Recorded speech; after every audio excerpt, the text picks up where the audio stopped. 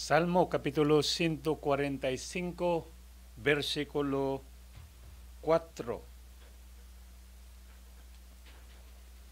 Ang imong mga buhat igasugid ko nga may pagdayeg sa mga kaliwatan ngadto sa mga kaliwatan, og magamantala ako sa imong mga gamhanang buhat.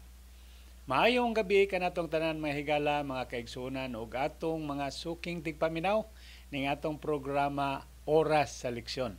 Sa ngalan sa atong mga pangulo dinhi sa atong sibiyahanan Radyo sa Paglaom 106.8 ug sa tanang kawani ug atong mga tagdumala. Og labi na sa akong partner Pastor Diego Balanza ang atong kasamtangan nga Sabbath School ug personal ASI Director. Nga di sab nato makauban karon. Ako karon yung makauban Brother Jesse Alpanta sa Auditing Department. So welcome kamong tanan sa atong programa ni ini nga kagabihon. So akong itunol ang pagpangumusta sa atong mga kahigalaan, mga kaigsunan, palibot ni atong dakbayan sa Tagum o sa mga silingan nga mga munisipyo sakop ni atong probinsya sa Davao del Norte. So kumusta kamong tanan? Naglaom ta nga naamo karon sa maayo nga panglawas samtang kita magahimo ni ng atong programa. Dili lang dinhi sa Davao del Norte kundi bisan pa sa dakbayan sa Panabo ug sa mga kasikbit nato nga probinsya sama sa Davao de Oro, diha dapit sa Laak, Milaling adto na paingon sa Mungkayo ug sa mga munisipyo nga sakop sa Davao de Oro, labi na diha sa Mabini, Mako ngadto na sa Pantukan area. Kumusta kamong tanan? Naglaom ta nga naamo diha sa maayong panglawas gihapon karon.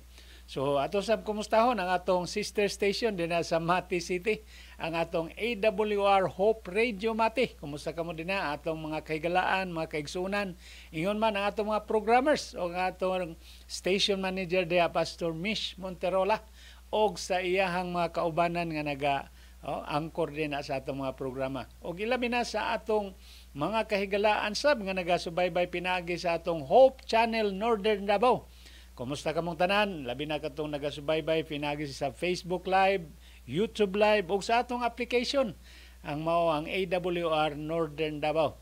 So kung asa man kamo nga parte sa atong kalibutan karon, ni araba mo sa Islas Mindanao, tuwa ba mo sa Kabisayan ug sa Kauluhan o sa langyaw man nga mga kanasuran. Welcome kamong tanan sa atong programa. Di na lang anon tungod kay atong panahon kusog sa kay mundagan, atong ablihan ni pinaagi sa pagampo. Among Diyos nga balaan, salamat. Nga ikaw nagagahin og panahon kanamo din amo pang mapakli ang balang kasulatan.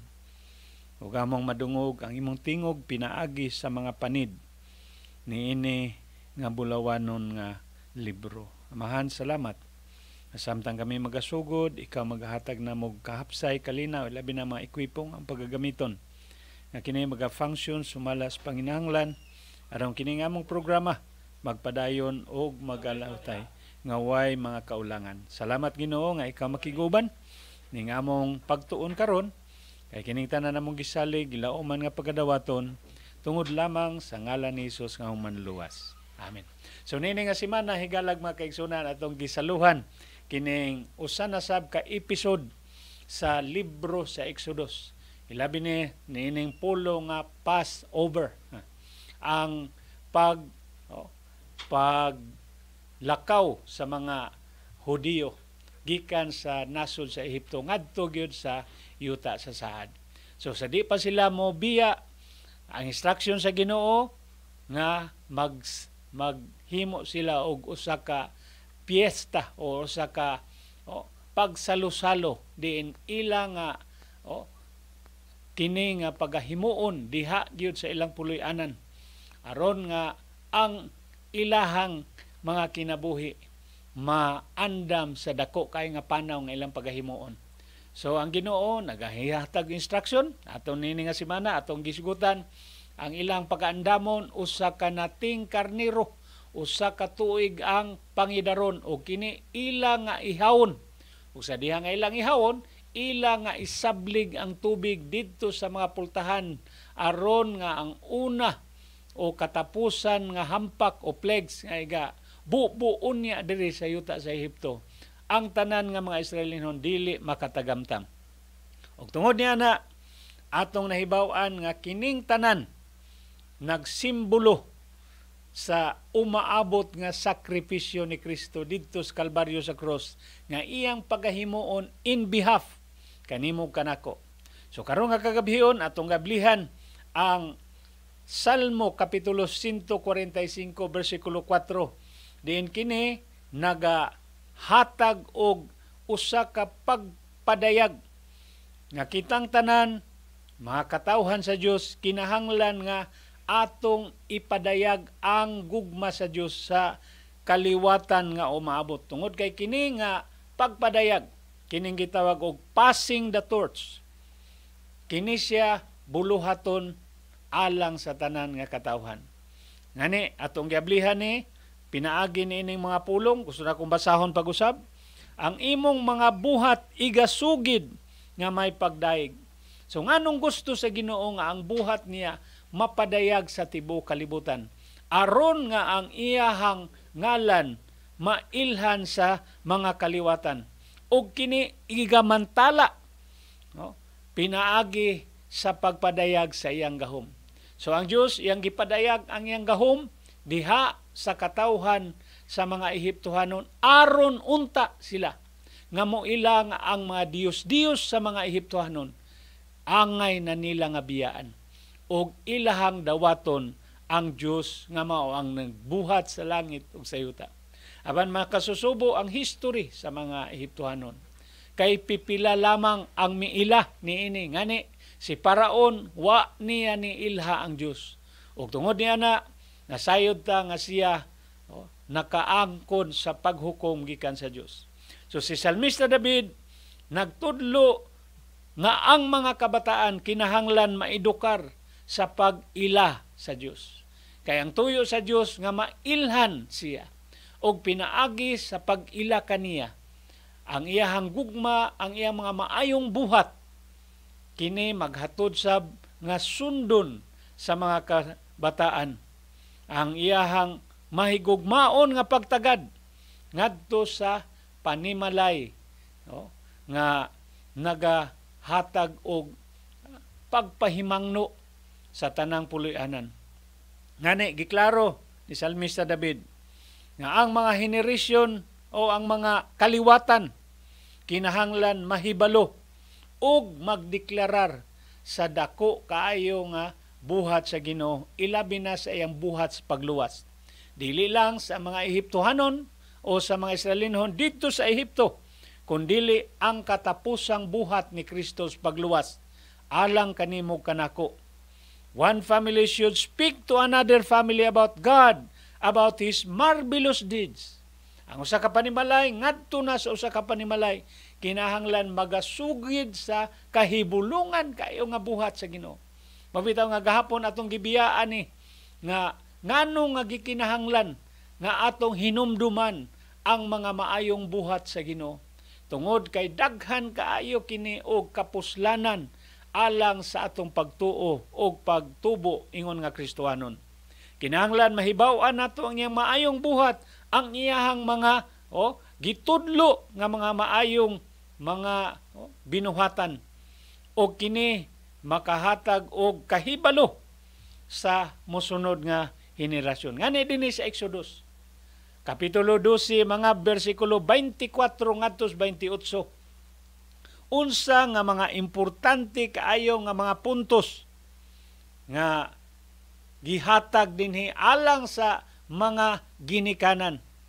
Parents were the first teachers in Israel. Ang mga ginikanan mao ang mga unang magtutudlo didto pa sa karaang Israel, and were to recount the story of the Exodus to their children.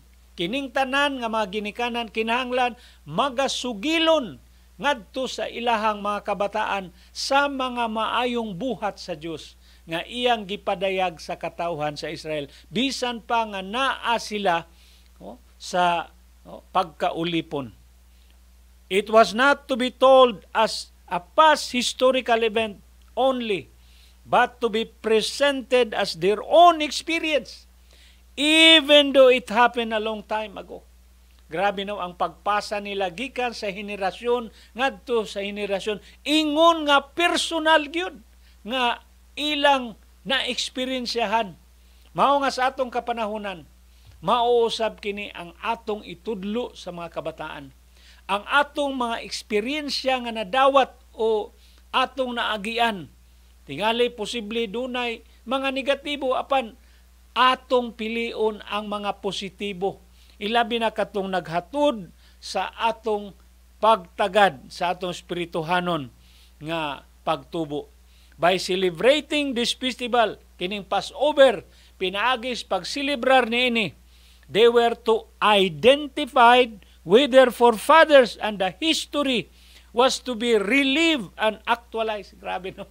Nga ang pagsilibrar niining panihapon sa Passover, kinahanglan nga isulti og kini mamahimo nga mabuhi nga dili lang kay history apan himuon kini nga daw nahitabo gayud.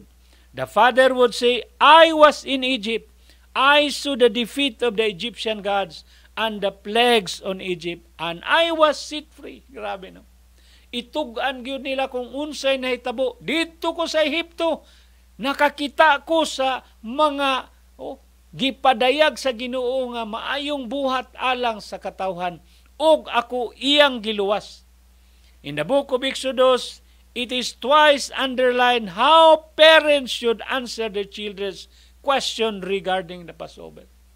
Kinahanglan ang mga ginikanan hanas sila sa pagsugilon sa hitabo ni ining gitawag nga Passover. Ngani, kung atong tanawon ang libro sa Deuteronomio, Kapitulo 6, versikulo 6, giklaro sa Ginoo kung unsaon pagtudlo sa mga kabataan diha sa panimalay. Ngani gusto natong basahon ning Kapitulo 6, versikulo 6 og laktaw o paingon gyud sa 8. Ang balang kasulatan nagingon, og kining mga pulonga nga gisugo ko niining adlaw, maga paibabaw sa imong kasing-kasing og igatudlo mo kini sa dakong kakugi sa imong mga anak og isulti kini mahitungod niini nga magalingkod ikaw sa imong balay og magalakaw ikaw sa dalan og sa imong paghigda og sa imong pagbangon. Grabe no. Gikan sa paglingkod sa balay, gikan sa pagtindog, gikan sa paglakaw, gikan sa paghigda ug sa pagbangon. Pagkanindot no. Nga niining panahon na giklaro sa Ginoo unsaon pagtudlo. Sub-sub kayo. Grabe kayo ka detalyado nga sa ato dayong pagtudlo sa atong mga kabataan. Dili lang nato tagaag panahon ang telebisyon, kundi diha sa talad kananan, diha sa magalakaw sila, itudlo nato ang kaayo sa Ginoo. Muni ang mga importante kaayo nga buluhaton sa mga ginikanan nga angay nato nga tagaag pagtagad. Ngani diha sa Exodus Kapitulo 13, versikulo 14 ngadto 16, mausab gihapon ang instruction sa Ginoo. It is worthwhile to notice that the Israelites were still in Egypt when told to celebrate their liberation from Egypt. Pagkanindot no nga, sa diha nga gisugo sila niini, wa pagani sila makagawas, magsilibrar na kada tuig. Mauni nga ang balaang kasulatan, positibo kaayo sa iyahang pagsugilon ani nga sila gayud makagawas gayud sa yuta sa Ehipto. Kay nga naman gitudluan na sila nga magsilibrar daan. Kaya ang Dios nahibalo siya niining tanan. Ngani kung atong basahon kining Kapitulo 13 versikulo 14 ngadto sa 16, atong makita nga ang Dios ang iyahang pagsulti grabe ka detalyado. Ingon siya, og kung sa panahong umalabot mangutana kaninyo ang inyong mga anak nga lalaki og magaingon, unsa ba kini? Magaingon ikaw kanila, pinaagi sa kusog og sa kamot ni Hiyuba nagkuha kanako gikan sa Ehipto sa balay sa pagkaulipon. Pagkanindot no nga ang balaang kasulatan, specific kaayo nga kung dunay mga kabataan nga mangutana ngano man nga magsilibrar nini kay panagsara man guni dili man kay kada adlaw kun dili dunay panahon nga gigahin sa Ginoo alang niini. Og tungod ni ana atong makita nga kini nga direction nga gihatag sa Ginoo, instruction, kini mga bulawanon nga mga pulong alang sa mga Hudiyo nining panahona. Gisudluan sila. The whole celebration then was an act of faith. Wa pa man sila kagikan.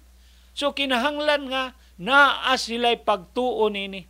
After receiving their direction, the people bowed down and worship the Redeemer, and then they followed the Passover's instruction. Pagkanindot nga naanadaan gi-instruct na sila, and they have to believe. Mao nga diha sa Deuteronomy, the Israelites are reminded to tell the story in such a way that they can internalize at their journey. Diha sa ilang pagpanaw, ipahibalo, itugan sa mga kabataan ang nahitabo nga kaluwasan nga ilahang nadawat.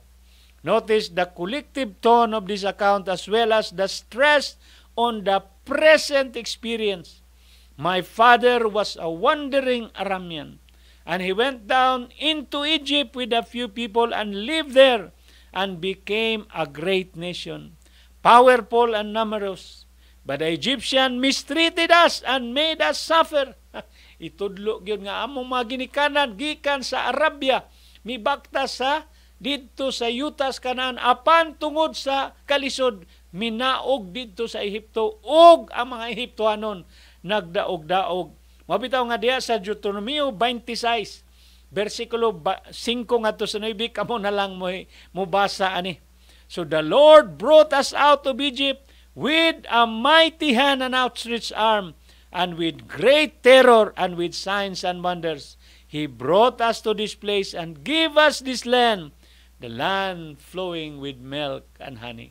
Mao kini ang igatudlo sa mga ginikanan ngadto sa ilahang kabataan. Passing the torch. Paghatag sa continuation sa pagpaila o pag-edukar sa mga kabataan mahitungod sa gugma sa Dios. Also by recounting and retelling the story of Passover or any events in the sacred history to the children, parents would be greatly helped in remembering what God has done. Ang mga ginikanan mismo makadawat sa panalangin nga sila mahinumdum sa ilang eksperyensya sa pagpanaw diha sa malisod nga kahimtang. Mao nga kining gitawag og passing the torch. Importante kaayo nato sab nga tun-an. Kung unsa man ang napasa nga mga maayong butang sa atong ginikanan, atong dawaton. The Lord gave Moses special direction for the children of Israel regarding what they must do to preserve themselves and their families from the fearful plague that he was about to send to the Egyptian. Mao ni ang mga detalyado nga gihimo sa Ginoo ngadto kang Moses nga iyahang itudlo sa katawhan sa dili pa sila mobiya ug sa dili pa igabubo ang katapusan nga hampak. Moses was also to give his people instruction concerning their living Egypt.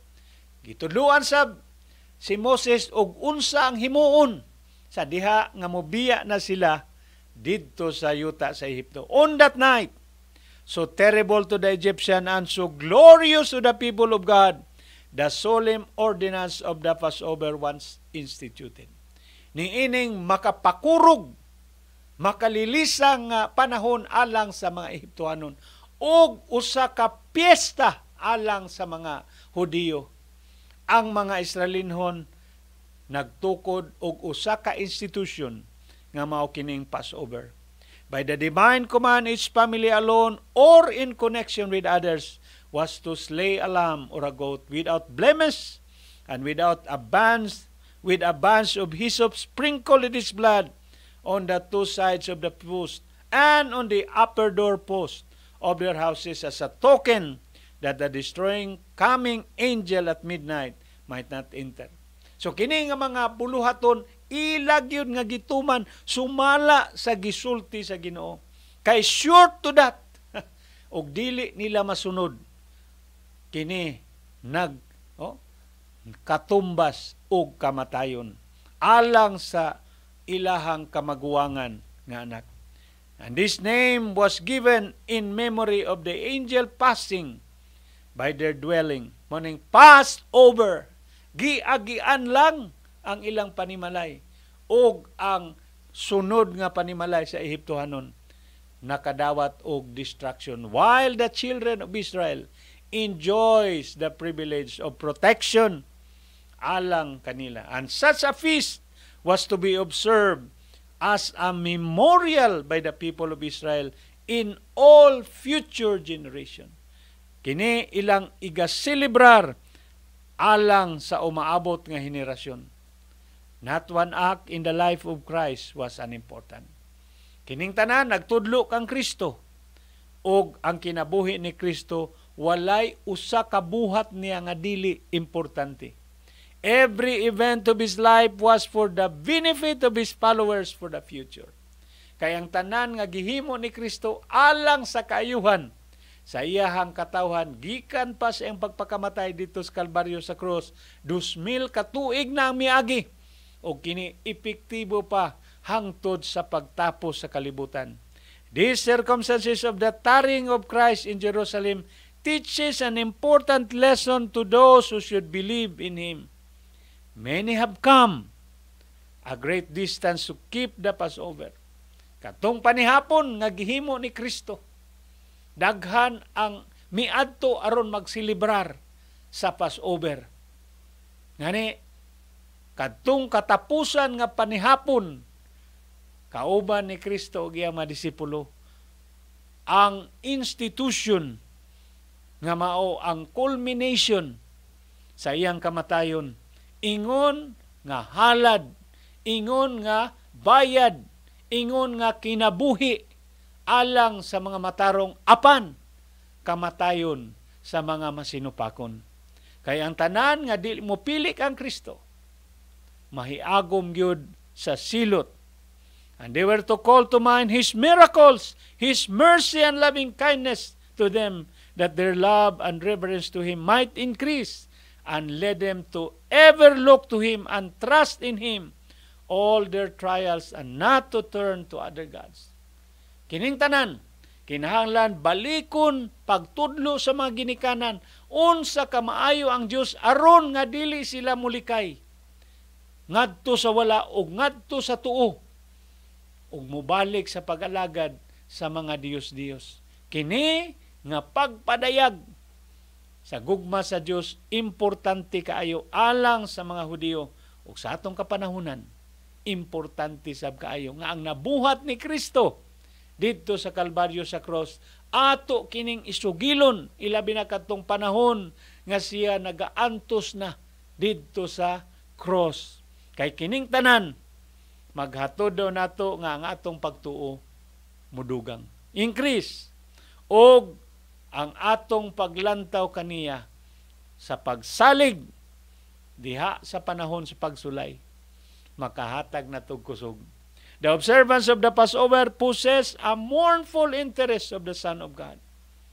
Si Kristo sa diha nga iyahang giselebrar ning katapusan nga panihapon, ang iyahang kinabuhi, ang iyahang countenance, ang iyahang panagway nagmasulubon nga naman muagi siya sa dako kaayo nga tabukunon ang pagpakamatay. He saw in the slain lamb a symbol of His death. Kaysa diha nga nagtan-aw siya diha sa pagpanihapon, nakita na daan niya ang giandam nga karniro nga ilang pagasaluhan nga mao mismo ang iyahang kinabuhi nga iyang igaula. The blood making the doorposts of their houses was the symbol of the blood of Christ. Si Kristo sa katapusang panihapon, iya na daang nakita nga ang dugo nga mo'y gipahid dito sa mga Israelinhon. Nagsimbolo kato sa dugo nga iyang pagaulaon dito sa Kalbaryo sa cross, which was to be efficacious for the believing sinner, nga makatabang og dako kaayo nga ikatabang sa usa ka makasala, in cleansing from her sin and sheltering him from the wrath of God. Mahugasan ang iyahang sala o kini mapanalipdan diha sa kasuko sa Dios, which was to come upon the impenitent and unbelieving world as the wrath of God fell upon the Egyptian. Kung ang kasuko sa Ginoo nabumo ngadto sa mga Ehiptohanon, the same as true sa mga tao nga dili mo dawat kang Kristo. Mao nga, but none could benefit by the special provision made by God for the salvation of man unless they should perform the work of the Lord left them to do. Dili gyud makadawat ang mga katawhan nga wa magtuman sa gisugo sa Ginoo. Mag-ihaw og karnero, ang dugo sa luron ipahid dito sa doorpost. Kay kung dili himuon kini sa panimalay, ang kasuko sa Dios ilang maangkon. Walay benepisyo nga madawat ni atong wala magtuman sa buluhaton. They had a part of to act themselves and by their acts to manifest their faith in the provision made for their salvation. The same as true with us today. Niining atong kapanahunan, duna kitay buluhaton aron nga masiguro natong kaluwasan. Mao ang pagtuman sa kabubuton sa Dios ug pagtuman sa iyang kabalauran. Mo bitaw nga giklaro ni Kristo, if you love me, kung naatay gugma kang Kristo, atong bantayan ang iyang mga sugo. Mao ni nga dili lang kay moingon ta ako Kristohanon. Apan kinahanglan duna tay pagabuhaton to prove aron maprubahan nga kita tinuod gyud nga Kristohanon. Mao nga kung atong balikan ang Kapitulo 12, versikulo 24 ngadto sa 28. Kini nga instruction mahitungod sa Passover. No? Not only how to observe it in the present moment, but also how to remember and teach it for the generation to come. Mao nga niini nga bersikulo atong makita. God commanded the Israelites to observe the Passover as a lasting ordinance, a permanent memorial for them and their descendants. Matag tuig yun ilang isilibrar. And when they enter the promised land, they are to continue the ceremony. Numdumi ha, nga sila gisugo, tuwa pa sila sa Ehipto. O kini ilang padayunon, hangtod na sa ilang pagpuyo dito sa Ehipto. And when their children ask, what does this ceremony mean? They are to explain how the Lord passed over the homes of the Israelites. Tugluan sa mga ginikanan ang mga kabataan, giunsa sa Diyos pagbiya sa mga panimalay sa mga Israelinhon nga why judgment. Egypt, when he struck down the firstborn, but spared them. Sa diha nga mga una nga mga anak nakadawat sa hukom, apan ilang labyan lang ang mga balay sa mga Israelinhon. The people obeyed and did just as the Lord had commanded. Ang kanindot dinhi kay ang mga katawhan mituman ug ilang gihimo ang tanan nga gisugo sa Ginoo. How about us today? Kumusta kahata karon? Andam ba kahata mutuman sa mga balaod sa Ginoo? Mo nang masubuta nga daghang kay gasinggit nga wa nay balaod. Wa nay balaod pagkalisod. So mga importante kaayo nga atong hinumduman. Passover is a memorial of deliverance. God wanted His people never to forget that He saved them not because they were righteous, but because of His mercy and power. Ang mga Israelinon, nganong giluwas sila sa kaulipnan, dili kay sila mga balaan, kundili tungod sa kaluoy o grasya sa Dios pinagi siyang gahom. And the Passover was not just a ritual, but a living testimony of God's faithfulness and grace. Kining katapusang panihapon na ilang nadawat ang grasya o kaluoy sa Ginoo tungod kay ang Dios matinumanon. Mabitaw nga, it shall come to pass when your children shall say unto you, what ye mean by this service? Then ye shall say, it is the sacrifice of the Lord. Ang tubag, kining tanan sakripisyo sa Dios. Ngano nga kinahanglan nga itudlo gyud sa tanang henerasyon. God emphasizes the importance of fasting or passing on faith to the next generation. Aron ang pagtuo mapasa sa sunod nga henerasyon. Children will ask questions and the answer should be point them to God's mighty act and covenant of love. Pakigsaad sa Ginoo diha sa gugma. And this underscored the role of spiritual memory and storytelling in building faith. The Lord would have His people recall His past dealing with them that they may not forget God. Sumala pa sa Patriarchs and Prophets 293. Aron dili malimtan ang Ginoo, ibalik nga presko ang history nga ilang nagian. Obedience flows from faith. Kay ang pagtuman magalangkob ni diha sa atong pagtuo. And the people respond shows that obedience is a response to God's word. Ang pagtuman maoy pagtubag sa pulong sa Ginoo. Mabitaw nga, by faith he kept the Passover and the sprinkling of the blood. Pinaagi ni ining Passover ang mga katawhan ilang gisilibrar ang kaayo sa Ginoo. How about the symbolism of the redemption of Christ? Ang simbolo sa pagluwas ni Kristo alang sa iyahang katawan. The Passover lamb points forward to Jesus, the true Lamb of God. Just as the lamb's blood spared Israel from death, Christ's blood saves us from eternal judgment. Sama nga ang dugo ni adtong karniro na kaluwas sa mga Israelinhon, ang iya sab nga dugo ni Kristo karon mo'y makaluwas sa atong kinabuhi.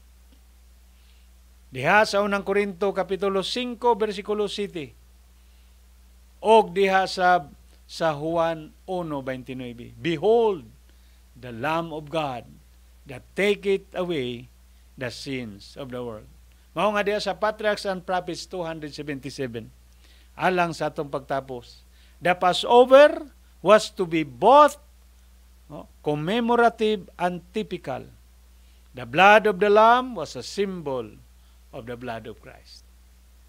Ang dugo nga naula didto sa Israel sa tanang panimalay nga maoy naghatag og kaluwasan. Ultimately, giula ni Kristo diha sa katapusang panihapon. Sa Huwebes, sa diha nga gihimo nila ang Passover.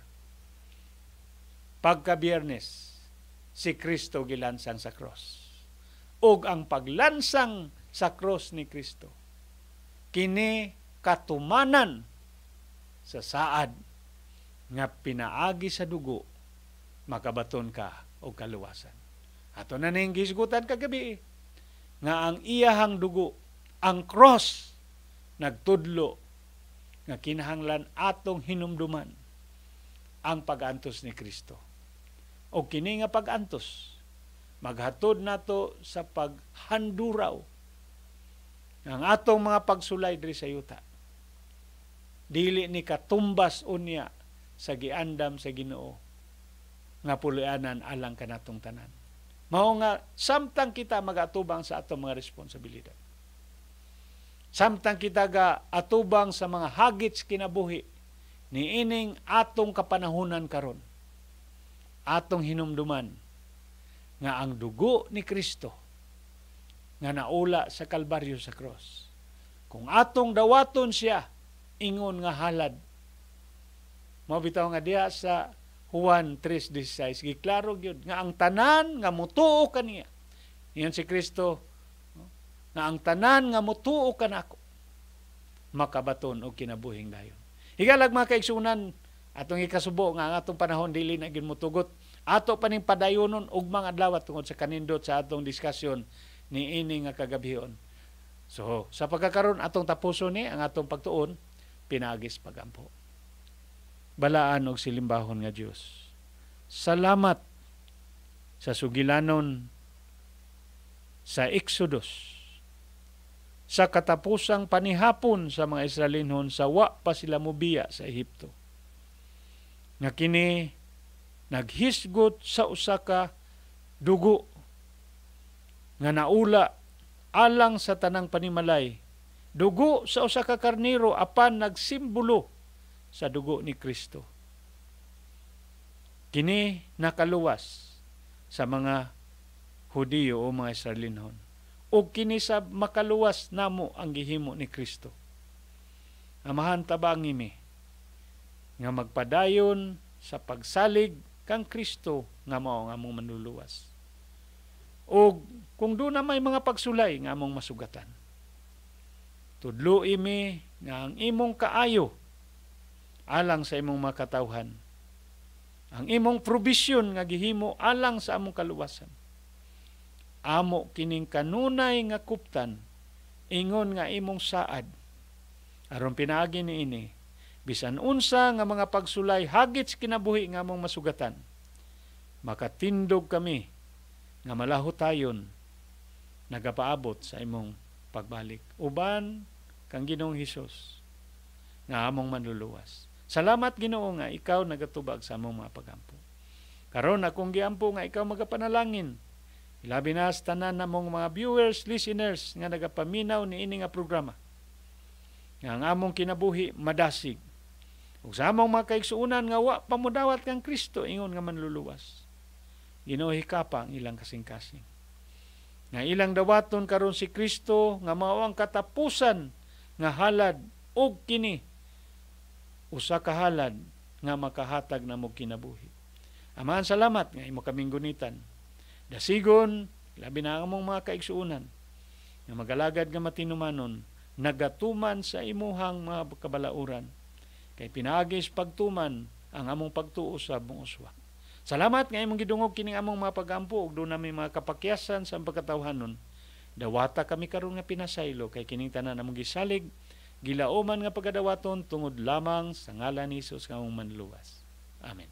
Igalag mga kaigsunan, daghang salamat sa inyong pag-uban sa itong programa sa kanginan o ilabi na sa itong mga media platform nga YouTube o diha sa Facebook Live. Kining inyo bus nga igala, Brother Jesse Alpanta Manamilit in behalf sa akong partner, Pastor Diego, o sa atong mga tagdumala din sa atong sibiyahanan o sa atong mga pangulo din sa Northern Davao. Kining inyo bus nga igala Manamilit. O mga adlaw magkita ta. Ang Diyos magpanalangin ka na itong tanan. Good night and God bless everyone.